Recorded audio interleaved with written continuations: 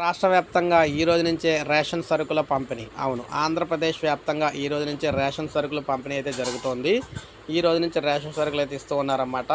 ముఖ్యంగా ఉదయం 7 గంటల నుంచే స్టార్ట్ అవ్వడం అయితే జరిగింది. రేషన్ సరుకుల పంపిణీ అయితే చేస్తున్నట్లు మనకైతే చెప్పడం అయితే జరిగింది. పోషక విలువలు కలిగిన బియ్యము, పంచదార, గోధుమ పిండిని నిర్ణీత ధరల ఇళ్ల వద్దనే పంపిణీ చేయనున్నట్లు పేర్కొన్నారు. కార్డుదారులు సద్వినియోగం చేసుకోవాలని సూచించారు. రేషన్ బియ్యాన్ని ఎవరైనా అక్రమంగా కొనుగోలు చేసినా, విక్రయాలు జరిపినా కూడా కఠిన చర్యలు తీసుకుంటామని హెచ్చరించారు. ముఖ్యంగా చూసుకున్నట్లయితే ఈ రేషన్ పంపిణీకి సంబంధించి రేషన్ బియ్యాన్ని అయితే అమ్మకూడదని, అదేవిధంగా కొన్నవారికి కూడా అటు అమ్మిన వారి మీద కూడా కేసులు అయితే పెడతామని, ఎట్టి పరిస్థితుల్లో రేషన్ అయితే అమ్మొద్దని, బియ్యం అమ్మొద్దని చెప్తున్నారు. అదేవిధంగా 3 సరుకులు అయితే పంపిణీ జరుగుతుందని, 3 సరుకులు కూడా తీసుకోమని చెప్పేసి చెప్తున్నారన్నమాట.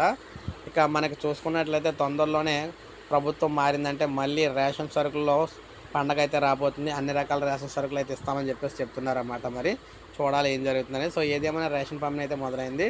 ఒక లైక్ చేయండి, సబ్స్క్రైబ్ చేసుకోకపోతే మన ఛానల్ సబ్స్క్రైబ్ చేసుకోండి.